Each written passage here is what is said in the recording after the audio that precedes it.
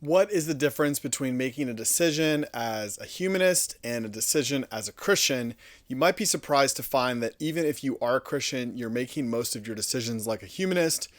Let's talk about the differences. So, humanism is basically the idea that men believe that they can come up with the best solutions, the best insights, the truth, if you will, for any given situation, that we shouldn't look to God, we should look to ourselves. This is the original lie in the garden, right? God, you'll be like God if you know good and evil, and God's trying to hold back from you. And so you shouldn't trust what he said to do. You should trust what makes sense to you. This is humanism, and it contrasts perfectly with Revelation, the idea that God speaking to us should become the determination of what we do. So decision making is completely opposite in one regard or the other. And it actually makes a huge difference in how you stick with decisions, how you change decisions. But let's talk about what decision making looks like for humanists. For humanists, decision making is based on reasoning, based on feeling, based on desire, based on logic, combination of all of the above. Many people think that they're very rational. Most of us are driven by desire and emotion. Even those that like to think that they're rational, they come up with a rationale for what they want, but in the end, they're really doing what they want to do. Either way, the determination of a decision comes back down to what you want, what seems right to you, what you think you should do.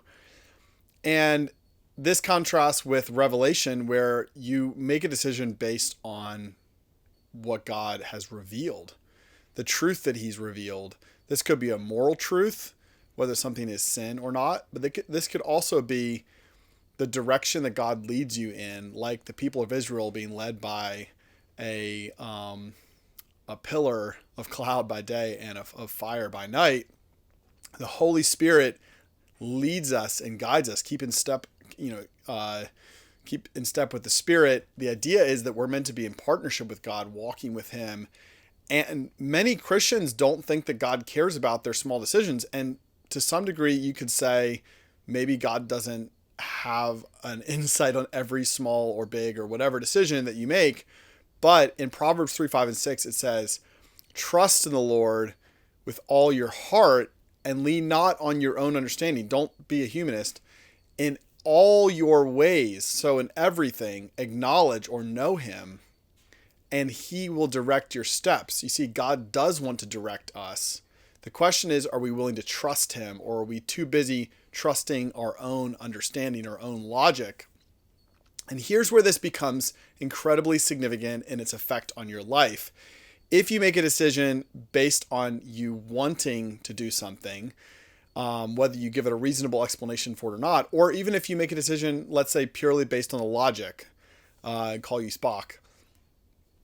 In the end, when your desire changes, when it becomes hard, when things aren't easy, then you're not going to stick with that decision. You're going to change that decision. And to some degree, you should, because the original information you had proved to be wrong in some way. And so making that change seems like the right thing to do because you simply made a mistake.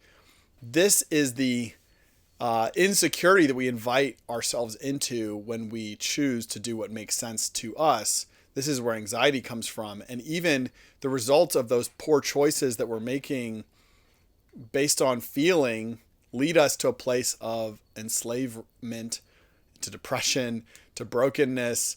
This is the reality of living in our own understanding.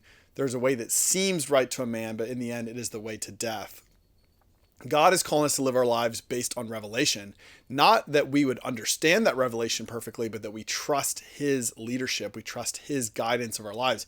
The core issue here is not actually hearing God speak. The core issue here is actually trusting God. And for most of us, that's where the issues of our life come down to is, do we trust God over ourselves? And here's the reality. If you choose to follow God, to live by revelation, to live not based on what makes sense to you, but based on what he leads you to do, based on what he says in his word and what he says by his Spirit to you, then when something goes awry, something goes amiss, you're able to say, I didn't make this decision because it seemed right to me or because it made sense or because it worked. I made this decision in response to God, and I don't believe God has changed anything. I'm going to keep going down this path. It gives us security. It gives us confidence. It gives us the ability to pursue on, knowing that he is leading us. And to be honest, right now in my life, I'm feeling tension with what God's told me to do. Is it going to work? Do I want to do it? Does it feel good? All these things are swirling around me. I'm really struggling.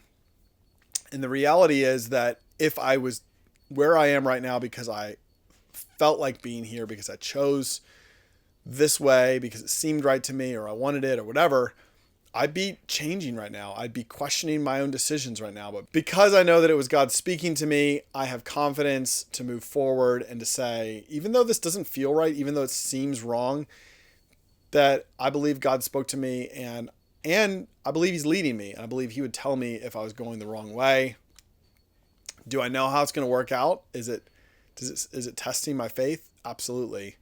But I believe God, and I believe him more than I believe myself, more than I believe any person, any way of living. I believe in him as a person, as a leader. So that is the difference between making a decision as a humanist and making a decision as someone that believes in God, as someone that walks according to Revelation. Check out this video here where I talk more about Revelation and help you understand how you can step into this in your own life.